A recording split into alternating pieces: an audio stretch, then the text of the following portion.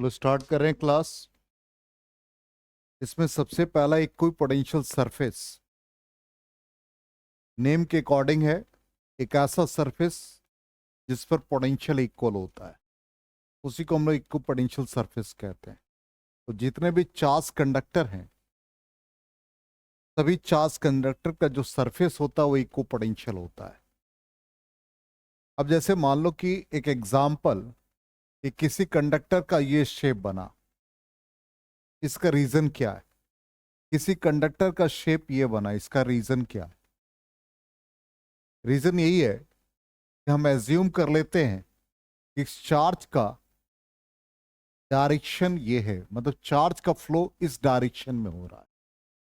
तो जिधर जिधर चार्ज मूव कर रहा है वैसे वैसे सरफेस क्रिएट हो रहा है। तो मान लो कि एक पॉजिटिवली चार्ज कंडक्टर है और उसका सरफेस ऐसा बन रहा है, इसका मतलब चार्ज का फ्लो ऐसे हो रहा है। तो ये सपोज एक पोटेंशियल हमने मान लिया। इसी तरह से दूसरा सरफेस जो क्रिएट होगा उसका पोटेंशियल ये एज्यूम कर लिया। तीसरा सरफेस से ऐसा पोटेंशियल हो गया। अब ये जो सरफेस बना, इसको एक कंप्लीट सरफेस ऐसे दिखा रहे हैं। इसका मतलब जो फील्ड होता है वो रेडियली आउटवर्ड होता है, फील्ड रेडियली आउटवर्ड होता है। इसका मतलब ये जो सरफेस बन रहा है ये क्या है? इस फील्ड के ऊपर परपेंडिकुलर है। इसी को हम लोग कहते हैं पोटेंशियल। और ये पोटेंशियल के कारण से ये सरफेस क्रिएट हुआ। सपोज ये पोटेंशियल V1 को रिप्रेजेंट कर रहा है, ये V2 को रिप्रेजेंट कर रहा है, ये V3 को। इसका मतलब यहां पर जो फील्ड है वो स्ट्रांगर है, तो यहां का पोटेंशियल भी लार्जर होगा। फिर दूर चले जाओ तो फील्ड जैसे जैसे फील्ड के डायरेक्शन में पोटेंशियल डिक्रीज करता जाता है। इसका मतलब नियरर सरफेस V1 है, V1 का पोटेंशियल V2 से ज्यादा, V2 का V3 से ज्यादा होगा। इसका मतलब ये जो सरफेस पहला क्रिएट हुआ, इसके हर पॉइंट पर पोटेंशियल इक्वल होगा। अब ये इक्वल पोटेंशियल सरफेस बन गया और फील्ड क्या है? Radially outward. इसका मतलब field lines is always perpendicular to the equal potential surface. अब यहां पर जो फील्ड का डायरेक्शन है उसी के अलॉन्ग हम यूनिट वेक्टर ले लें। अब ये जो फील्ड ये पोटेंशियल बना, इसके लिए हम इसके अलॉन्ग एक डीएल डिस्टेंस ले लें, एलिमेंट्री लेंथ। तो इलेक्ट्रिक फील्ड को हम लोग कैसे लिखते हैं? E is equal to minus dV by dr। dV की जगह पर dl हो गया। और इलेक्ट्रिक फील्ड का डायरेक्शन किधर है? एन कैप के अलॉन्ग। तो इलेक्ट्रिक फील्ड रेडियली आउटवर्ड, तो इसके बीच में रिलेशन ये आ गया। समझ में आ गया? यही हमने यहां पर पहला सरफेस ए ड्रॉ किया है। यही है इलेक्ट्रिक फील्ड लाइन से, ये इलेक्ट्रिक फील्ड लाइन से किसी चार्ज का फ्लो हो रहा है, तो उसके अकॉर्डिंग या सिंपली एक पॉजिटिव चार्ज, उसके फील्ड लाइंस रेडियली आउटवर्ड है। अब ये सरफेस हमारा जो बना वो पोटेंशियल का सरफेस बना, V1 V2 V3 इस तरह का सरफेस बनता गया। इसका मतलब क्या है? एक अभी जस्ट रिपीट भी किया और ये मतलब बोला भी, तो ये क्या हो गया? पोटेंशियल परपेंडिकुलर या electric field is perpendicular to the equipotential surface. तो वही कहता है कि चार्ज मूव कर रहा perpendicular to the direction of electric field, no work is done. इसका मतलब कोई पोटेंशियल डिफरेंस नहीं है। इको पोटेंशियल सरफेस एक ऐसा सरफेस है इलेक्ट्रिक फील्ड में जिसके हर पॉइंट पर पोटेंशियल क्या होता है? कांस्टेंट होता है। इसलिए हम लोग कहते हैं the surface of every charge conductor is an equipotential surface. कोई भी कंडक्टर का जो सरफेस बन रहा है इसके हर पॉइंट पर पोटेंशियल इक्वल होगा।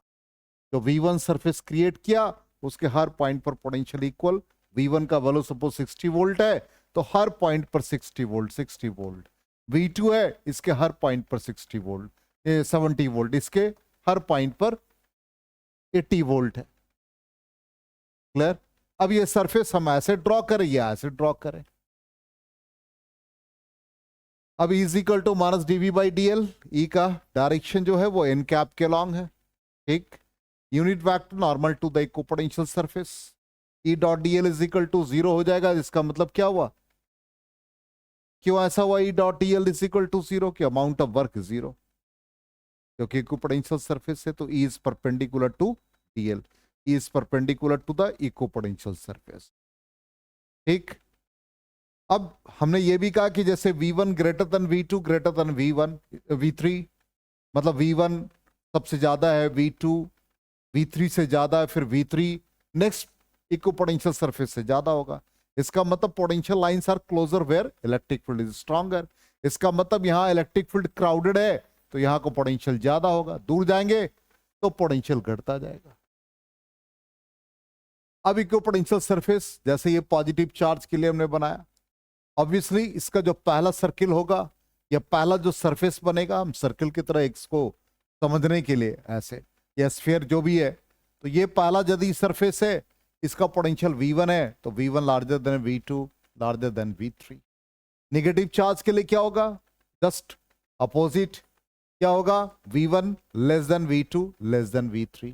रीजन क्या है, -70 वोल्ट, फिर -60 वोल्ट, -40 वोल्ट। इसका मतलब मैग्नीट्यूड के टर्म में क्या हो गया, बड़ा, लेकिन नेगेटिव साइन ज्यादा है, इसलिए V1 less than V2 less than V3। ठीक है, और ये इसके अकॉर्डिंग भी समझ सकते हैं कि डिस्टेंस ज्यादा है, डिस्टेंस बढ़ रहा है तो पोटेंशियल घट रहा है, ऐसे भी समझ सकते हैं। अब इक्विपोटेंशियल सरफेस जैसे ये, अब आपको कह दे इक्विपोटेंशियल सरफेस ड्रॉ करने के लिए एक पॉजिटिव मेटल प्लेट दे देगा और कहेगा कि एक नियर बाई, या सिंपली ये कहेगा कि एक पॉजिटिवली चार्ज मेटल प्लेट है और इसके नियर बाई एक इस तरह का प्लेट है, इसके लिए इक्विपोटेंशियल सरफेस आप ड्रॉ करें। तो सिंपली यदि इस पर चार्जेस हम लोग जानते हैं always reside on the surface of every charge conductor, charges हमेशा सरफेस पे होता है। इसका मतलब यहां से जो फील्ड लाइंस निकलेंगे इसके ऊपर नॉर्मल होंगे, यहां से जो फील्ड लाइंस निकलेंगे इसके ऊपर नॉर्मल, यहां से जो फील्ड लाइंस निकलेगा वो नॉर्मल, फील्ड लाइंस निकलेगा नॉर्मल, इस तरह से हम लोग सरफेस ड्रॉ कर दें। ठीक, अब जैसे आपको कह देगा कि दो पॉजिटिव चार्ज है, उसके लिए इक्विपोटेंशियल सरफेस ड्रॉ करें। अब दोनों पॉजिटिव चार्ज, एक पॉजिटिव चार्ज दूसरा पॉजिटिव चार्ज। ठीक, अब आपसे एक सवाल हम जिस पूछ रहे हैं, यदि हम इसके बीच में कहीं भी कोई पॉइंट ले लें, इसका मतलब वहां यदि हम इलेक्ट्रिक फील्ड निकालें तो इलेक्ट्रिक फील्ड एक दूसरे को न्यूट्रलाइज करता है। इसका मतलब यदि हम यहां पर फील्ड निकालते तो रेडियली आउटवर्ड, तो इस वाले के लिए रेडियली आउटवर्ड और इस वाले के लिए रेडियली आउटवर्ड। इसका मतलब क्या होगा, फिर लाइंस ऐसे होते जाएंगे, यहां पर क्लोजर और ये दूर होता। इसी तरह से जिधर फील्ड लाइंस स्ट्रॉन्गर रीजन है उधर चला जाएगा, इस तरह से इक्विपोटेंशियल सरफेस ड्रॉ होगा। इसका मतलब इधर वाइडर दिखाते जाएंगे और इधर क्लोजर दिखाते जाएंगे। समझ में आ गई बात, इस तरह से हम लोग ड्रॉ कर लेंगे। तो पॉजिटिव पॉजिटिव के लिए हो गया, इसी तरह से कहेगा कि नेगेटिव नेगेटिव के लिए आपको ड्रॉ करना है। ठीक, तो नेगेटिव नेगेटिव पॉजिटिव के लिए एक पॉजिटिव पॉजिटिव का बना, पॉजिटिव नेगेटिव का, तो क्या होगा, इसके बीच में कहीं पर भी पॉइंट निकालो तो क्या होगा, या तो फील्ड दोनों ऐड होगा किसी एक पर्टिकुलर डायरेक्शन में। इसका मतलब क्या होगा, यहां पर ये क्लोजर होते जाएंगे, ऐसे बनता जाएगा फील्ड। समझ में आ गई बात या नहीं, इस तरह से फील्ड लाइंस को ड्रॉ कर देना है। इक्विपोटेंशियल सरफेस ऐसा ही बनेगा। चलिए, तो ये हो गया पॉजिटिव पॉजिटिव के लिए, और वही हमने ड्रॉ करके दिखा भी दिया, जिधर जाओगे वाइडर होता जाएगा और फिर पॉजिटिव नेगेटिव के लिए क्लोजर होता है। अब प्रॉपर्टीज इक्विपोटेंशियल सरफेस का, two equipotential surface can not intersect each other. जो V1 हमने सरफेस ड्रॉ किया और V2 ड्रॉ किया, दोनों कभी भी एक दूसरे को इंटरसेक्ट नहीं कर सकता। Equipotential surfaces are always perpendicular to the electric field lines. Charge को यदि मूव करा रहे एक पॉइंट से दूसरे पॉइंट पर तो अमाउंट ऑफ वर्क क्या होगा, जीरो। मान लो कि हमने एक सरफेस ड्रॉ किया इक्विपोटेंशियल सरफेस और उस पर एक पॉइंट ले लिया A और B, तो amount of work done in carrying a charge from A to B, तो A to B amount of work क्या होगा, charge into difference in potential, final potential minus initial potential. अब दोनों का पोटेंशियल क्या है, सेम है, तो V minus V, finally amount of work 0। Next कहते equipotential surface are closer together where electric field is stronger और farther apart where electric field is weaker. अभी जस्ट हम लोगों ने ये प्रॉपर्टीज के अकॉर्डिंग और इक्व पोटेंशियल सरफेस भी ड्रॉ किया। अब जैसे ये क्वेश्चन कहता है a uniform electric field of 300 Newton per coulomb is directed along negative x-axis. Find the potential difference delta VA, delta VCB, delta VCA. Previous class में पढ़ा भी रखा है। अब यहां पर देखो A और B को ज्वाइन करो, क्या बन गया ये इलेक्ट्रिक फील्ड लाइंस पर perpendicular. Electric field is perpendicular to the equipotential surface. क्या हो गया amount of work 0। Amount of work 0 इसका मतलब क्या हो गया 0 is equal to Q difference in potential VB minus VA, इसका मतलब VB is equal to VA। ये प्रूफ हो गया पहला। दूसरा कहता delta VCB, delta VCB difference in potential. अब फील्ड का डायरेक्शन ये है, ठीक, तो क्या हो गया VC minus VA, higher minus lower, क्या पढ़ाया था माइनस A इंटू डी।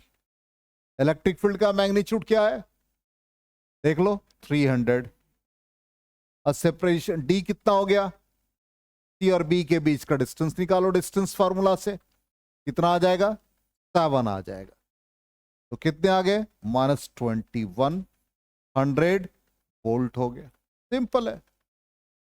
अब इसी तरह से कहता डेल्टा VCA, डेल्टा VCA क्या है VC माइनस VA, ठीक।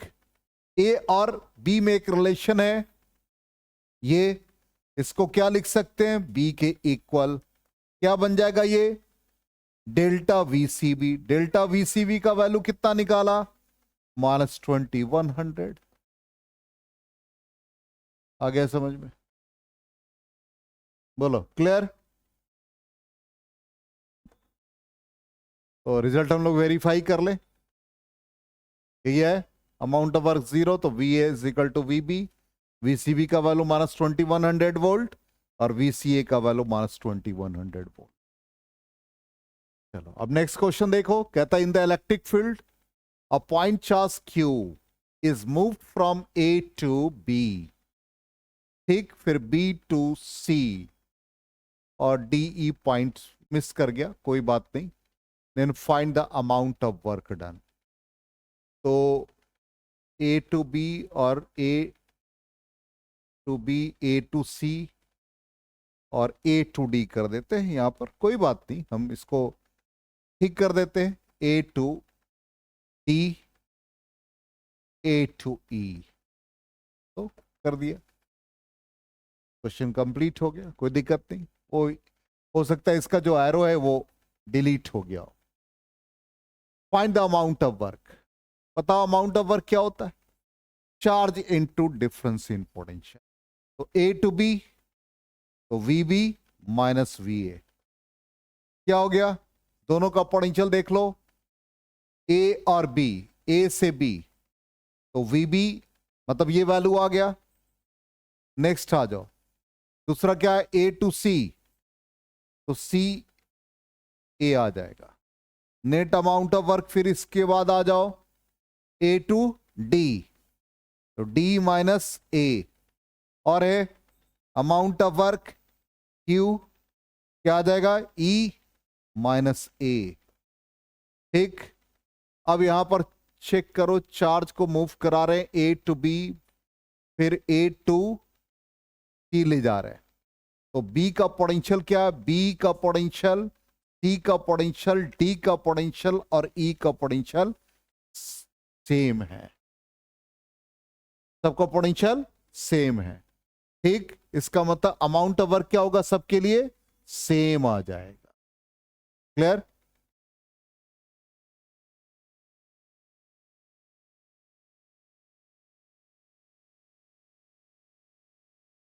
वो कोई बात नहीं, वो आंसर वो मिसिंग फिगर था उसी के अकॉर्डिंग है, वो थोड़ा इधर उधर हो गया, कोई बात नहीं, हम समझ गए। वो फिगर यहां इंटरचेंज हो गया, कोई बात नहीं, वो इधर से उधर फिगर हो गया, हम लोग कंप्लीट कर लेते, ठीक है, इसको दोबारा कर लेते, क्या दिक्कत है। चलो, ये इस क्वेश्चन का ये फिगर है, इस क्वेश्चन का ये फिगर है, और इस क्वेश्चन का फिगर ये है, इंटरचेंज हो गया। हाँ, तो कंप्लीट कर लेते हैं, वहां पे आंसर वही होगा, कहता इन द इलेक्ट्रिक फील्ड, यही कहता चार्ज क्यू को मूव कराया A to B, A to C, A to D और ए टू ई। ऑब्वियसली ए, अभी जस्ट हम लोगों ने जो लिखा फॉर्मूला वही यूज हो जाएगा, तो क्या लिखेंगे, amount of work from A to B is equal to Q V B minus V A, दोनों का पोटेंशियल सेम 0। इसका मतलब वैसे ही हम लोग निकालेंगे ए टू सी, तो ये भी 0 होगा, ए टू डी ये भी 0, और फिर ए टू ई भी 0 हो जाएगा। ये हमारा आंसर वेरीफाई हो गया। चलिए, उसी के अकॉर्डिंग कर लिया। अब सेकेंड क्वेश्चन का ये फिगर है, in the electric field a point charge Q is move from A to B, A to C, then find the amount of work. तो ए टू बी जा रहे हैं, ध्यान से देखिएगा, charge final potential minus initial potential होगा, ठीक। दूसरा क्या है, ए टू सी, तो charge V C minus V A, B और सी का पोटेंशियल सेम है, इसलिए दोनों के लिए अमाउंट ऑफ वर्क क्या होगा, ए टू बी और ए टू सी का अमाउंट ऑफ वर्क सेम हो जाएगा। Clear?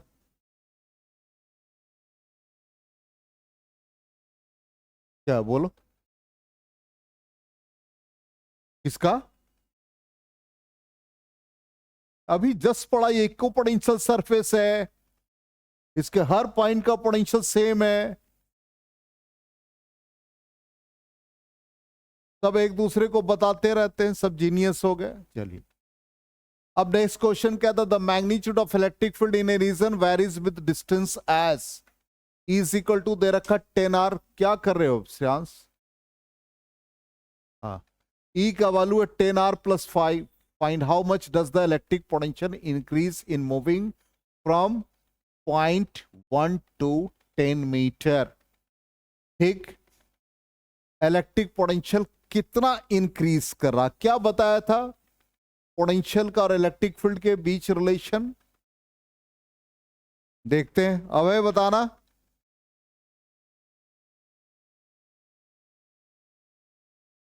Final minus initial E dot D are, ये हमारा इनिशियल पोजीशन, ये फाइनल पोजीशन, माइनस इंटीग्रेशन, ये दे रखा इलेक्ट्रिक फील्ड का 10R + 5, ठीक, और डी आर हो गया, कहां से कहां तक है, 1 to 10, -10 R का इंटीग्रेशन R²/2 + 5R, 1 to 10, बोलो कैलकुलेट करके कितना आ गया, upper limit minus lower limit, -5, 540 volt, ठीक। इसका मतलब निगेटिव साइन आ रहा है। अब इसको हम V2 - V1 -540 वोल्ट है, तो V1 - V2 लिखेंगे तो क्या आ जाएगा, 5 वोल्ट, 40 वोल्ट पॉजिटिव, इसका मतलब V1 larger than V2।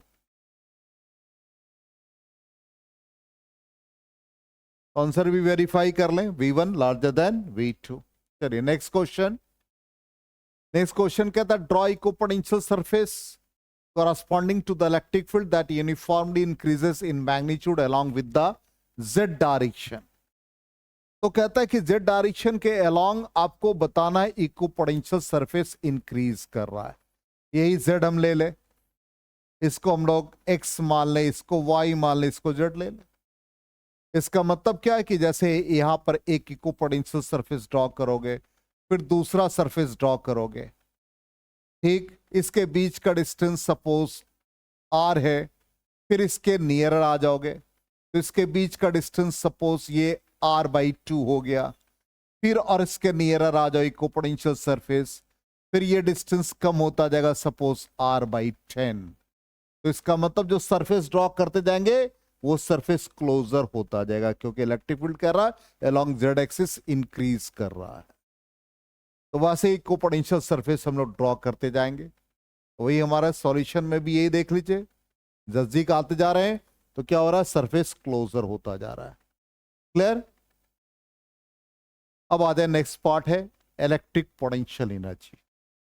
Potential energy का मतलब क्या है? सिंपली मान लो कि दो चार्ज है Q1 Q2, इन दोनों के बीच का डिस्टेंस इनफाइनाइट है।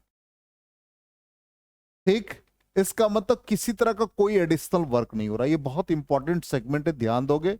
इसे पूरे नोट्स को हमने चेंज किया और इसका रीजन है कि बहुत सारा चीज जो है वो ऐड कर रहे हैं।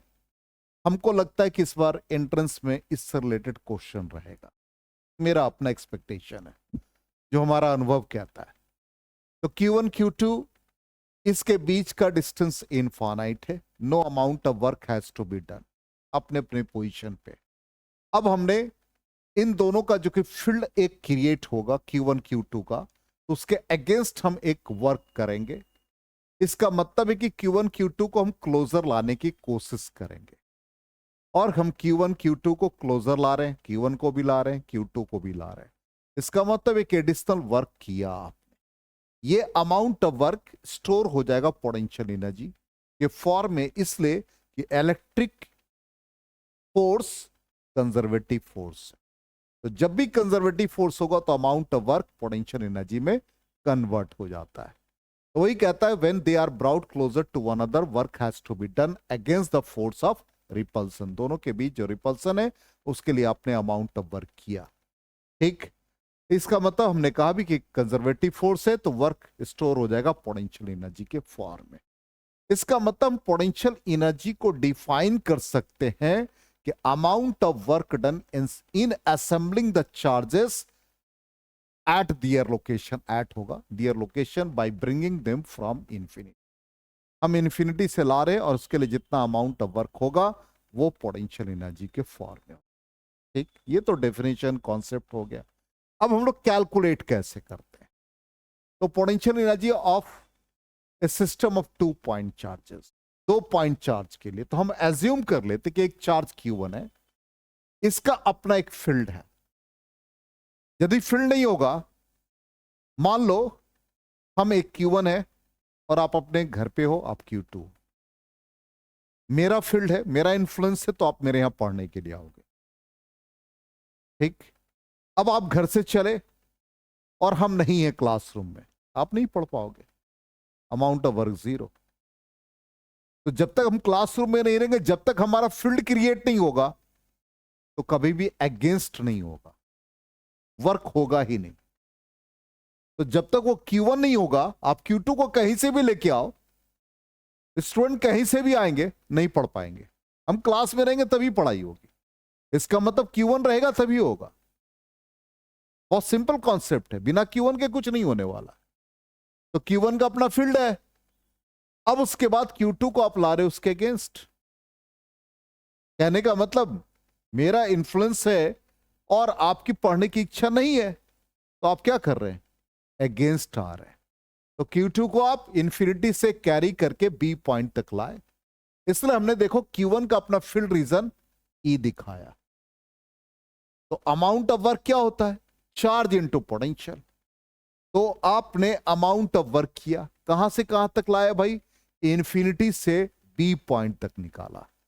इसका मतलब amount of work done infinity to B, मतलब हम इसको B पॉइंट ले लें और यहां पर पोटेंशियल, इसका पोटेंशियल हो किसका, Q1 का, कहां तक, B तक। और चार्ज किसको लेके आए, Q2 को लेके। ये मैथमेटिकली समझो पहले। अब B तक इसका जो पोटेंशियल है, मतलब ये मेरा क्लासरूम, मेरा फील्ड यहां तक है। It means 1/4πε0 Q1/R into Q2, और this amount of work is stored as potential energy. तो simple potential energy of its system हम 2 पॉइंट चार्जेस जब भी लिखते हैं 1/4πε0 Q1 Q2 बाई आर। आ गया समझ में? हाँ, कोई डाउट? किसको ला सकते, क्यों नहीं ला सकते आप? निगेटिव चार्ज, चूंकि हम निगेटिव जब भी है तो हम लोग इलेक्ट्रिक फील्ड लाइंस को रेडियली आउटवर्ड दिखा रहे हैं, और निगेटिव चार्ज को आप लाएंगे तो उस कंडीशन में निगेटिव चार्ज एक यूनिट पॉजिटिव टेस्ट चार्ज की तरफ बिहेव करना चाहिए। निगेटिव को लाओगे तो उस कंडीशन में क्या होगा? एक्सप्रेशन आपका निगेटिव आए। हाँ हाँ, अट्रैक्शन होने लगे, अगेंस्ट नहीं होगा, ड्यू टू इलेक्ट्रिक होने लगेगा। जब क्या, तो वो चेंज इन पोटेंशियल एनर्जी जो बनेगा वो फाइनल माइनस इनिशियल नहीं होगा, इनिशियल माइनस फाइनल हो जाएगा। समझ गए? अब देखो नेक्स्ट, इसका पहले हम लोग एक्सप्रेशन चेक कर ले। ए इंफिनिटी से बी तक लाया तो charge into potential, finally amount of work इस फॉर्म में आ, ठीक, स्टोर्ड एज पोटेंशियल एनर्जी। तो यू का वैल्यू हम लोग 1/4πε0 Q1 Q2 by are use करेंगे। अब कहता 3 पॉइंट चार्जेस, ध्यान से, हम 3 पॉइंट चार्ज के लिए कैसे पोटेंशियल एनर्जी निकाल रहे हैं? हम लोग क्या कह रहे, पिछले क्लास में सीधे हम लोग एक्सप्रेशन यूज किए। अब देखिए क्या है, मान लो हमने एक पोजीशन दिखाया, 1 पे Q1 था, 2 पर Q2 था, 3 पॉइंट पर Q3। पहला स्टेप, हमने Q1 को 1 से यहां तक लाया विद इन फील्ड या विद इन सर्कल। हम एक इस लोकेशन को सर्कल से रिप्रेजेंट कर रहे हैं, डिजायर्ड लोकेशन जो हमारी इच्छा है, या मेरा क्लासरूम जो है वो रिंग की तरह है।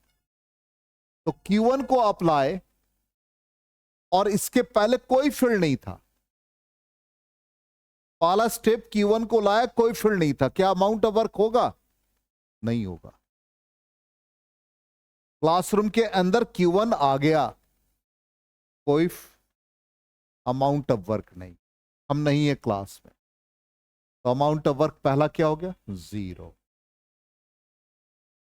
अब Q2 आया, क्यों होगा? क्योंकि Q1 ने अपना फील्ड को क्रिएट कर दिया। अब Q1 और Q2 के बीच में रिपल्सन होने लगे, तो वो अमाउंट ऑफ वर्क क्या हो जाएगा? Q1 Q2 का इंटरैक्शन। और वो डिस्टेंस कहां से कहां तक लेंगे? 2 से 1 तक का, नॉट फ्रॉम 1 to 2, 2 to 1। अब Q1 Q2 का अपना फील्ड बन गया। अब Q3 को जब लाएंगे तो 1 और 3 के बीच में रिपल्सन और 2 3 के बीच में रिपल्सन। इसका मतलब अमाउंट ऑफ वर्क 2 पार्ट में हो जाएगा, एक Q2 और Q1 के बीच, और एक Q3 और Q1 और Q3 के बीच, Q2 और Q3 के बीच, दोनों का एडिशन। तो डिस्टेंस क्या बन गया? R32 और R31। अब ये सारे अमाउंट ऑफ वर्क को ऐड कर देंगे, तो अमाउंट ऑफ वर्क जब ऐड होगा तो क्या बन जाएगा? W1 plus W2 plus W3, और फाइनली हमारे पास जो अमाउंट ऑफ वर्क होगा 1/4πε0 Q1 Q2 डिस्टेंस R21, फिर Q1 Q3 distance R31 plus Q2 Q3 distance R32। आया समझ में? इसलिए हम लोग जब भी ट्रायंगुलर को, ट्रायंगल के लिए जो वर्टिसेस पे चार्जेस दिए रहते थे तो हम लोग प्रॉब्लम बनाते थे, तो तीनों का इंटरेक्शन ले लेते थे। अब क्लियर हो गया? ठीक। अब ये अप्लीकेबल है, ये मेथड अप्लीकेबल है जब नंबर ऑफ पॉइंट चार्जेस 4 से कम हो। यस, आनंदित मतलब पूरे उन्माद में है, आनंदित हैं, ठीक है ना, और इन लोगों को अपना भविष्य जो है कुछ और नजर आ रहा है। ये लोग यहां से जब 12th पास करेंगे तो सीधे बॉम्बे का टिकट कटाएंगे, ठीक है, और वहां इनको शायद किसी फिल्म में काम भी मिल गया होगा। हाँ हाँ हमने कहा कि n ये अप्लीकेबल मेथड है n less than n equals to 4, मतलब ट्रायंगल पे जो चार्जेस है उनके बीच जब इंटरेक्शन निकालना हो उसके लिए एप्लीकेबल है। 4 के लिए भी हो सकता है, लेकिन 4 से ज्यादा हो, लाइक हेक्सागन, ठीक है, क्यूब, इन सब के लिए एप्लीकेबल नहीं। अब आ जाए सिस्टम ऑफ पॉइंट चार्जेस, हमने लिख दिया, देखो n लार्जर देन 4। तो फॉर्मूला एक हमने दिमाग थोड़ा सा लगाया कि हम लोग कॉम्बिनेशन को NC2 से लिखेंगे। NC2 जैसे मान लो कि 4 वर्टिसेस हैं एक स्क्वायर के लिए, तो 4C2 कितने पोटेंशियल एनर्जी का कॉम्बिनेशन बनेगा। तो 4C2 का वैल्यू जब आप निकालोगे तो NCR पढ़ का कॉम्बिनेशन, तो ये आ जाएगा फैक्टोरियल 4 बाई फैक्टोरियल 2, और 4 माइनस 2 2 आ जाएगा। तो सिंप्लीफाई करेंगे तो 6 कॉम्बिनेशन आएगा। अब हेक्सागन के लिए आ जाएंगे तो 6C2 फैक्टोरियल 6 फैक्टोरियल 2 और ये फैक्टोरियल 4 4 तक कट जाएगा, तो 5 इंटू 6 30/2 15 कॉम्बिनेशन बनेंगे। ठीक, अब इसी बेसिस पे हम लोग जब पोटेंशियल एनर्जी निकालते हैं तो यहां पर जैसे U1 है तो 1 का इंटरेक्शन 2 के साथ, 1 का 3 के साथ, जितने भी वर्टिसेस पे चार्जेस होंगे, 2 का मतलब वैसा ही हो जाएगा potential energy of second charge due to rest of the charges. अब इसको अप्लाई करने के लिए एक फॉर्मूला है, U1 plus E2 plus U3 up to UN, जितने भी वर्टिसेस पे चार्जेस है डिवाइड बाई 2। इसको अप्लाई करके हम अभी सिखाएंगे। ठीक, ये हम लोग फॉर्मूला एक आपके सामने रखा। अब जैसे इलेक्ट्रिक पोटेंशियल एनर्जी ऑलरेडी हमने कहा भी है, वही डेफिनेशन भी लिखा है कि amount of work done in assembling the charges eight their location by bringing them from infinity. अब हमारे पास ये पहला सेगमेंट है ट्रायंगुलर ट्रायंगल, जिसके वर्टिसेस पे चार्जेस है, इसका पोटेंशियल एनर्जी सिस्टम का निकालना है। तो सिंपल यहां पर क्या हो जाएगा, यदि साइड ए है तो इस कंडीशन में हम लोग कॉम्बिनेशन यदि लेते हैं तो ये हमारा 3C2 3 कॉम्बिनेशन बनेगा। अब 3 कॉम्बिनेशन बनेगा तो फॉर्मूला हम लोग सीधा यूज कर लेंगे पोटेंशियल एनर्जी का, इनके इनके बीच इंटरेक्शन, तो ये U1 हो गया।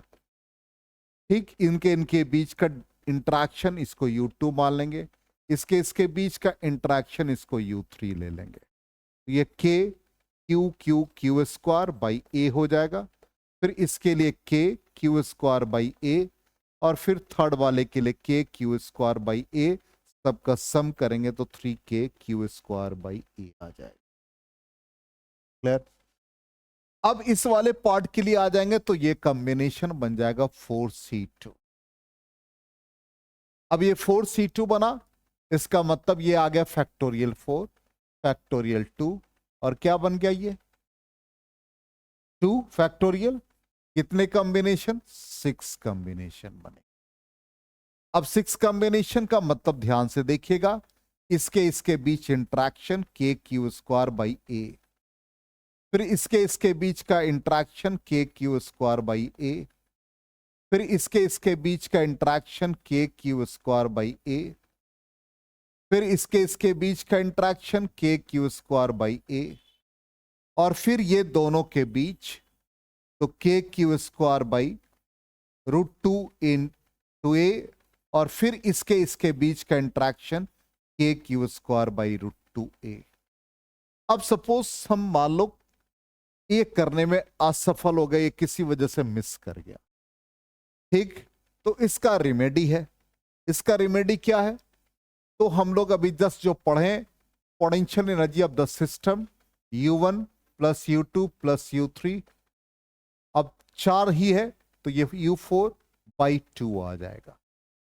अब चूंकि चार्जेस सब पर आइडेंटिकल है, इसलिए हम इसको 4U लिख देंगे, मतलब U1 U2 के बराबर, U2 U3 ये सब इक्वल है, इसको हम U1 मान लें तो ये 4U1 बाई 2, इसका मतलब ये 2U1 हो गया। अब 2u1 का मतलब सिंपल u1 1 का इंटरेक्शन 2 के साथ, 1 का इंटरेक्शन 3 के साथ, इसको 1 मान ले, इसको 2 मान ले, इसको 3 मान ले, और 1 का इंटरेक्शन 4 के साथ। सिंपल, आंसर वही आएगा। अब यहां पर डायरेक्टली कर लेंगे, के Q square by A, K Q square by diagonal root 2a, फिर के क्यू स्क्वायर बाई ए। देखो सेम आंसर है या नहीं?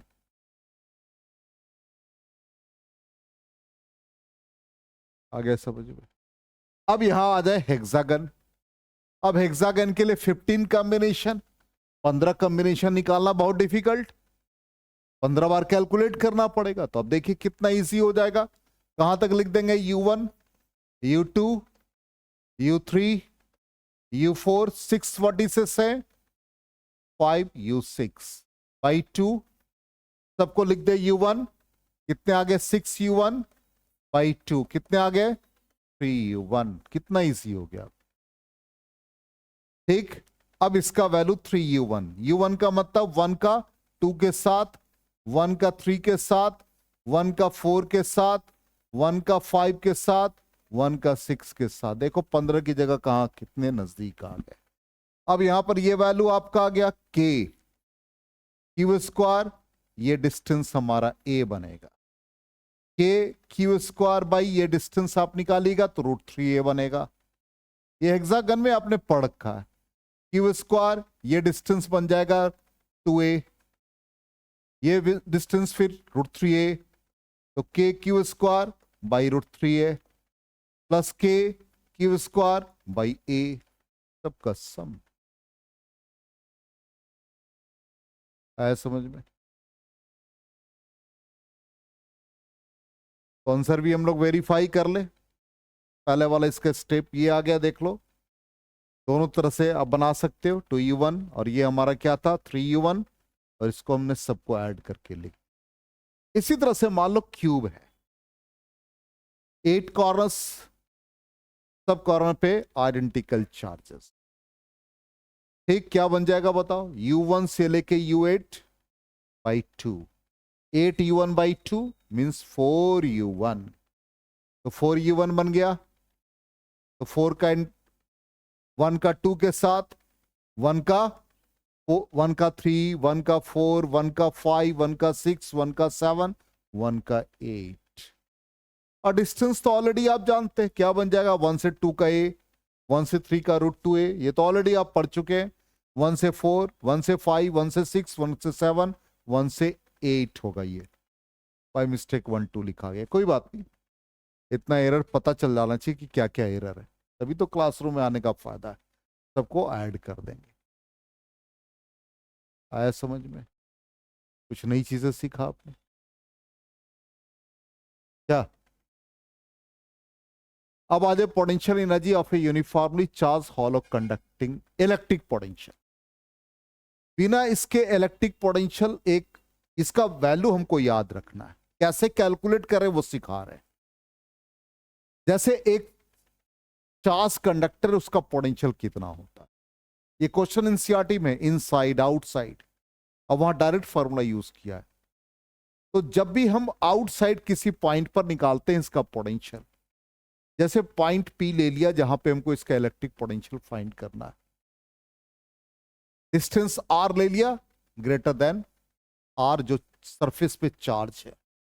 ठीक, तो उस कंडीशन में जब हम पोटेंशियल निकालेंगे आउटसाइड, तो इलेक्ट्रिक फील्ड क्या होगा इसका? रेडियली आउटवर्ड, जिसका वैल्यू क्या आ गया? K Q by R square R cap. E dot D R, E का वैल्यू डाल दिया, आर डी आर दोनों के बीच का एंगल 0 डिग्री, इसको इंटीग्रेट कर दिया तो फाइनली क्या आ गया? इसका मतलब ये पॉइंट चार्ज की तरह बिहेव किया।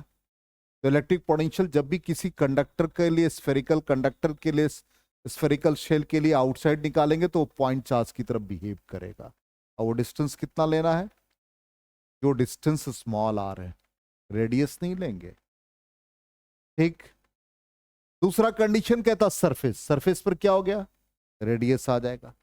और तीसरा कंडीशन इनसाइड, अब चार्ज को आप इनसाइड ले आओ, ठीक, जैसे आप इनसाइड लाओगे पॉइंट पी, मतलब वो आर को पी पॉइंट, इसका मतलब हम पहले अमाउंट ऑफ वर्क करेंगे कहां से कहां तक, इन्फिनिटी से कहां तक लाएंगे चार्ज को, सरफेस पे, और फिर सरफेस से इनसाइड। इसलिए यहां पर इलेक्ट्रिक फील्ड का दो रीजन बनेगा, देखो, infinity to surface and surface to inside. और इनसाइड कंडक्टर इलेक्ट्रिक फील्ड कितना होता है, 0, इसलिए इनसाइड वाला पार्ट 0 हो जाएगा। कंट्रीब्यूशन सिर्फ इन्फिनिटी टू सरफेस, इसका भी वैल्यू ये आ गया। क्या शो किया, ये शो किया कि at the surface electric potential जो है वही पोटेंशियल इनसाइड है। समझ में आ गई बात, इसका मतलब electric potential is constant through out the volume of the conductor. पूरे इंटायर वॉल्यूम में, अंदर हो सरफेस सब जगह, इलेक्ट्रिक पोटेंशियल कांस्टेंट रहेगा। क्लियर। अब इसी को हम यहां पर एक चीज यूज करेंगे कि एक स्फेरिकल शेल का अपना एनर्जी कितना होता है। ठीक, ये भी एक्सप्रेशन याद रखना।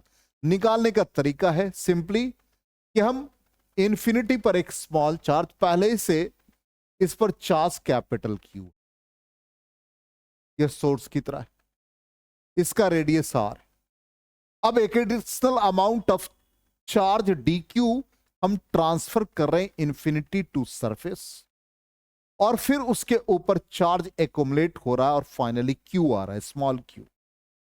डी क्यू इंटीग्रेट होते होते क्यू आ रहा है, उस पर कितना एनर्जी होगा, तो वही हमने यहां पर लिखा है, amount of work charge into difference in potential, तो फाइनल माइनस इनिशियल।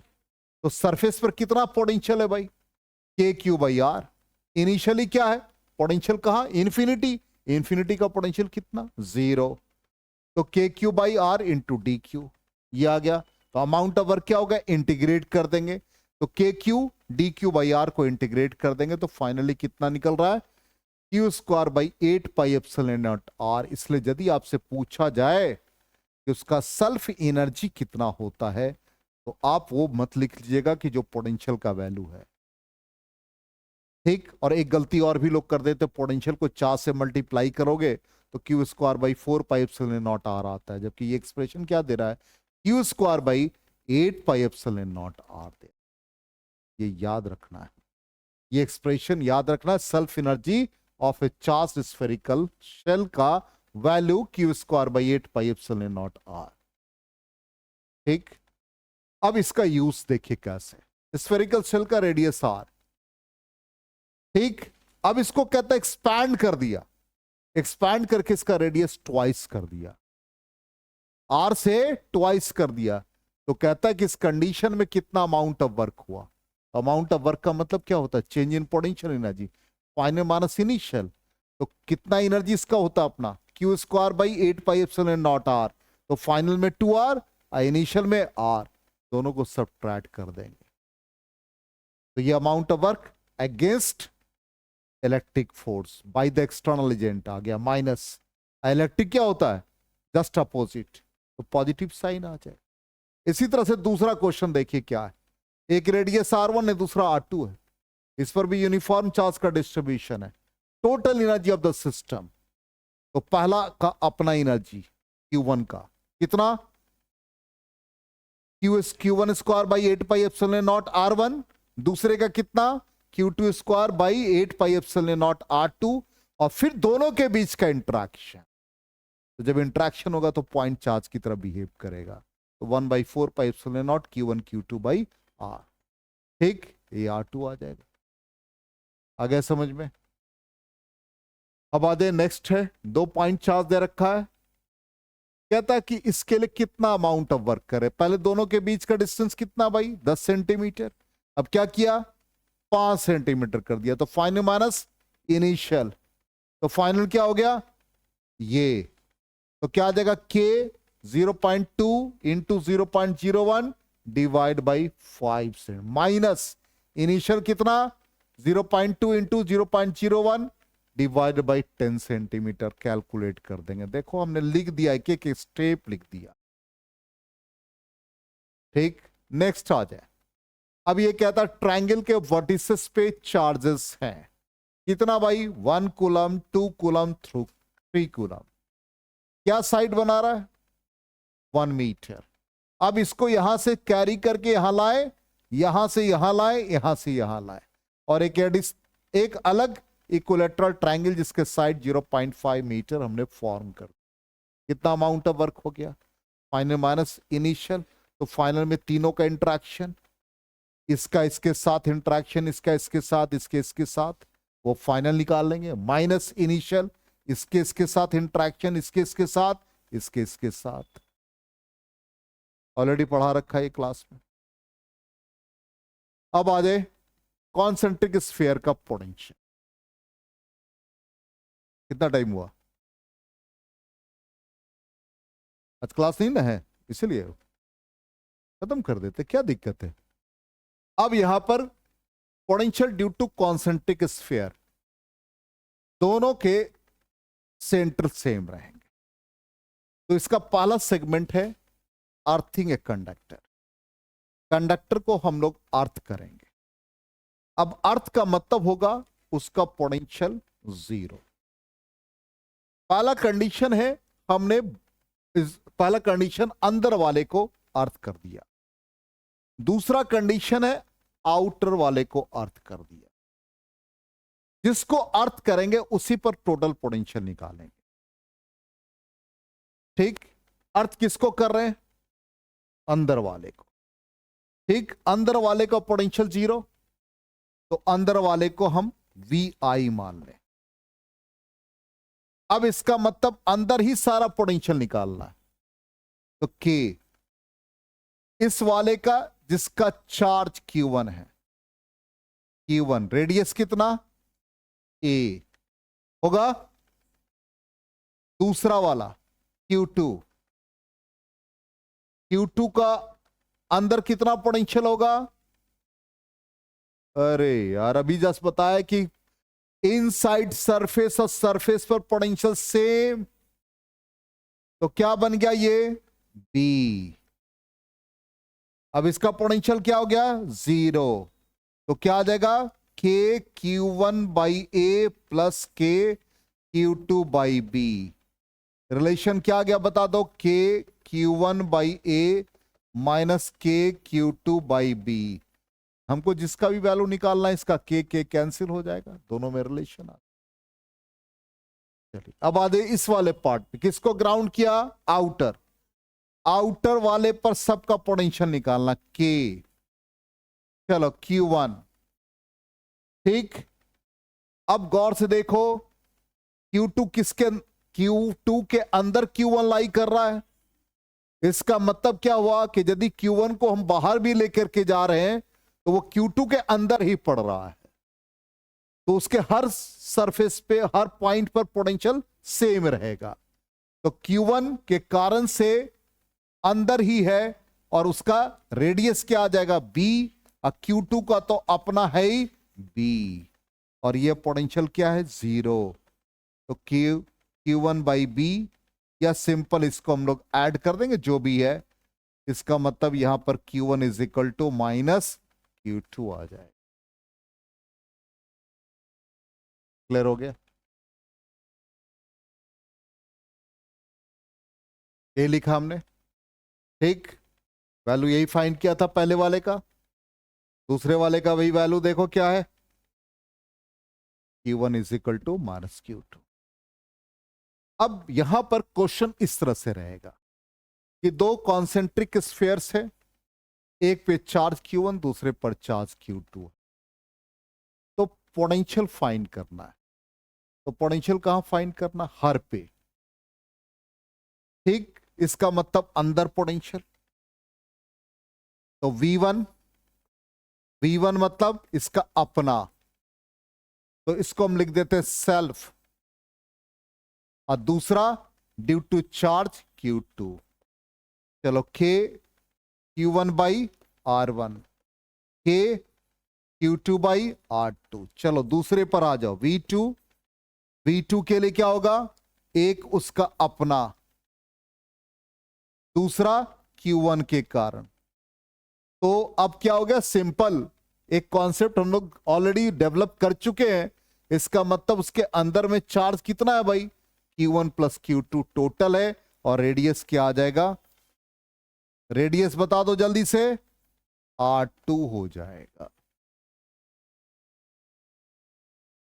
क्लियर हो गया? चलिए तो आंसर भी हम लोग वेरीफाई कर ले, यही है V1 और V2 का वैल्यू ये। अब आ जाए ये वाला पार्ट जिसमें 3 कॉन्सेंट्रिक शेल है जिसके रेडियस ABC है। चलो QA QB QB QC दे रखा। अब आ जाओ जिसका रेडियस A है, बोलो क्या आ जाएगा, K QA by A QB by B QC by C। B पर बता दो, B के लिए QA और QB एक साथ आ गया और इसका radius B plus QC by C आ गया। अब आ जाओ नेक्स्ट पार्ट के लिए, क्या आ गया, QA QB QC सारे चार्ज इसी के अंदर, किसके अंदर, C के अंदर। एकदम इजी कॉन्सेप्ट। तो आंसर भी वेरीफाई कर ले, ये A का, B का और C का। क्लियर? अब आधे इलेक्ट्रोस्टैटिक्स ऑफ कंडक्टर। पहला है, ये 6 प्रॉपर्टीज हैं और 6 प्रॉपर्टीज में से एक प्रॉपर्टीज आपको ऑब्जेक्टिव में रहेगा। और सिंपल है ये, यदि आपका हेडलाइन भी याद रहे तो आराम से आप इसको सॉल्व कर सकते हैं। कहता है यहां पर कि सिंपली एक कंडक्टर स्पेसिमेन लिया, जैसे ही हम एक्सटर्नल फील्ड अप्लाई करते हैं तो इसके जो वैलेंस इलेक्ट्रॉन, या सिंपली हम कह सकते हैं कि यहां पर जो चार्ज का एक्युमुलेशन होता है नेगेटिव पॉजिटिव, ये भी एक फील्ड सेटअप करता है जिसको इंड्यूस्ड फील्ड कहते हैं। वो इलेक्ट्रिक फील्ड के जस्ट अपोजिट, एक्सटर्नल फील्ड के जस्ट अपोजिट। ये प्रोसेस तब तक चलता रहता है जब तक कि एक्सटर्नल इंड्यूस्ड फील्ड के बराबर नहीं हो जाए। जब एक्सटर्नल इंड्यूस्ड फील्ड के बराबर हो जाता है तो नेट फील्ड जब हम लोग निकालते हैं इनसाइड कंडक्टर तो उसका वैल्यू 0 आ जाता है। वही कहता है when a conductor is placed an electric field its free electrons move in a direction opposite to the external field. और ये प्रोसेस तब तक रहता है जबकि field set up by the induced is opposite to the, या numerically equal to the E external. तो net field क्या हो गया, E external minus E induce 0। ठीक। नेक्स्ट प्रॉपर्टीज कहता है कि at the surface of every conductor electric field must be perpendicular. ठीक। इसके लिए हमने एज्यूम कर लिया कि कंडक्टर का सरफेस ऐसा है। अब ये सरफेस ऐसा है तो हम एज्यूम करके चलते हैं कि electric field is not perpendicular. हमने एज्यूम कर लिया कि इलेक्ट्रिक फील्ड परपेंडिकुलर नहीं है। जैसे ही है, हम यहीं पर किसी भी पॉइंट पर ले लें, यहीं पर ले लें कि electric field is not perpendicular. ये परपेंडिकुलर है मान लो इन कैप, इलेक्ट्रिक फील्ड हम ऐसे दिखा दे और इसके सरफेस के अलॉन्ग ये एंगल थीटा बना दे, तो ई का कंपोनेंट क्या आ जाएगा, ई कॉस थीटा। अब इसका मतलब क्यों हम इधर लिए ई, इसलिए कि सरफेस का शेप ऐसा बन रहा है, उसी के अलॉन्ग फील्ड ले लिया। तो ई कॉस थीटा ये क्या रिप्रेजेंट कर रहा है, फ्लो ऑफ चार्ज को। तो चार्ज का फ्लो तो नहीं होता स्टैटिक कंडीशन में, इसका मतलब ई कॉस थीटा क्या होगा, 0। तो ई कॉस थीटा 0 हो गया तो कॉस थीटा का वैल्यू क्या बन जाएगा, 0। और 0 90 डिग्री, तो थीटा मस्ट बी 90 डिग्री। इसलिए electric field is always perpendicular to the surface of every charge conductor. ठीक है, तो ये प्रूफ हो गया फाइनली। नेक्स्ट प्रॉपर्टीज कहता net charge in the interior of a conductor 0। मान लो कि एक कंडक्टर है, इसके अंदर हम एक गॉसियन सरफेस बनाए, इसके अंदर इलेक्ट्रिक फील्ड 0। तो गॉसियन सरफेस अप्लाई करें, close integration E dot D S is equal to Q by epsilon naught. तो ई 0 है तो क्यू बाई एप्सिलॉन नॉट 0, तो क्यू इज इक्वल टू 0। ठीक, इससे रिजल्ट हमारा आ जाएगा क्यू इज इक्वल टू 0। ठीक। नेक्स्ट प्रॉपर्टीज कहता है इलेक्ट्रिक पोटेंशियल इज कांस्टेंट। अभी जस्ट हमने बताया कि क्यों, तो E is equal to DV by D R होता है। तो minus DV by D R is equal to 0। तो किसी कांस्टेंट क्वांटिटी का ही ना डिफरेंशिएशन जीरो, इसलिए पोटेंशियल हमेशा कांस्टेंट रहेगा। क्लियर? अब कहता है electric field at the surface of charge conductor sigma by epsilon naught N cap. तो सिंपली हमने मान लो कि एक कंडक्टर का सरफेस लिया जिसपे चार्ज ये प्लस क्यू है, प्लस है, इसको इनक्लोज किया, एक सिलेंड्रिकल सरफेस बनाया गॉसियन सरफेस, इसका एरिया हमने डीएस ले लिया, इसके अंदर इलेक्ट्रिक फील्ड जीरो, तो ये सिर्फ ये पार्ट कंट्रीब्यूट करेगा, ये पार्ट नहीं करेगा। तो इस कंडीशन में प्लस होता है E dot D S, E D S cos 0 degree, E क्या हो गया बोलो, ई का वैल्यू क्या बन जाएगा यहां, सिग्मा पाई एप्सिलॉन। कहां से आई ये वैल्यू, जल्दी से बताओ।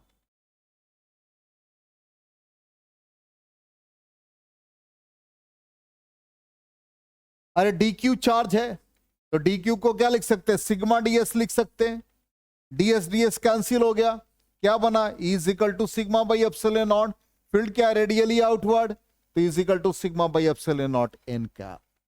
ये वैल्यू याद रखना है, ठीक। नेक्स्ट कहता है इलेक्ट्रोस्टैटिक शील्डिंग। शील्डिंग का मतलब क्या है, एक ऐसा रीजन क्रिएट करे जहां इलेक्ट्रिक फील्ड जीरो होता है, एक रीजन आपने बनाया जहां पर इलेक्ट्रिक फील्ड को वैनिश कर दे रहे हैं, यही आपने रीजन क्रिएट किया जिसके अंदर इलेक्ट्रिक फील्ड क्या है, जीरो है, ठीक। यही reason free from electric field है, इसी को हम लोग इलेक्ट्रोस्टैटिक शील्डिंग कहते हैं, ठीक। इसी का एक एग्जांपल दिया कि जैसे मान लो कि सिंपली कहीं बिजली कड़क रही है, बिजली गिरने का डर लग रहा है, तो आप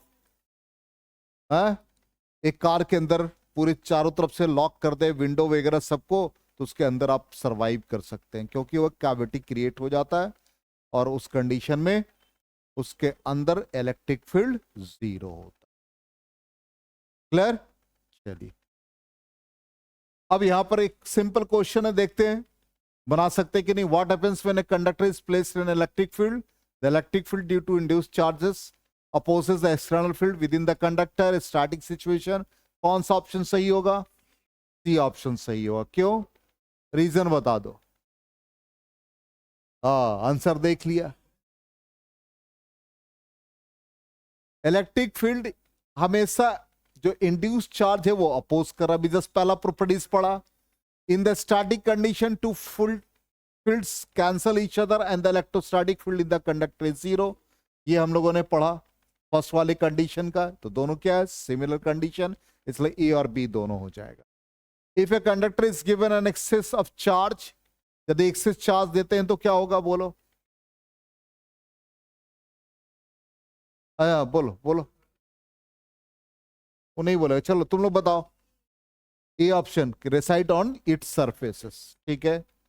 चलिए नेक्स्ट आ जाए, कहता है consider a cavity in a conductor as shown in the figure, तो क्या होगा, कैविटी के अंदर बता दो इलेक्ट्रिक फील्ड कितना होता है, जीरो, तो कौन सा हो जाएगा इसमें, सी ऑप्शन, तो सरफेस चार्ज डेंसिटी भी जीरो, ठीक। और एक लास्ट क्वेश्चन है, ये क्वेश्चन आप लोग बना लीजिएगा, आपके लिए एक होमवर्क है, ये क्वेश्चन क्लास में बताए भी थे, प्रीवियस क्लास में सारे चीज हमने सॉल्व कर रखा, कैसे surface charge density is equal है। चलिए इस तरह से ये कंप्लीट हो गया हम लोगों का पूरा पार्ट। अब नेक्स्ट क्लास में डाइलेक्ट्रिक और कैपेसिटेंस रह गया।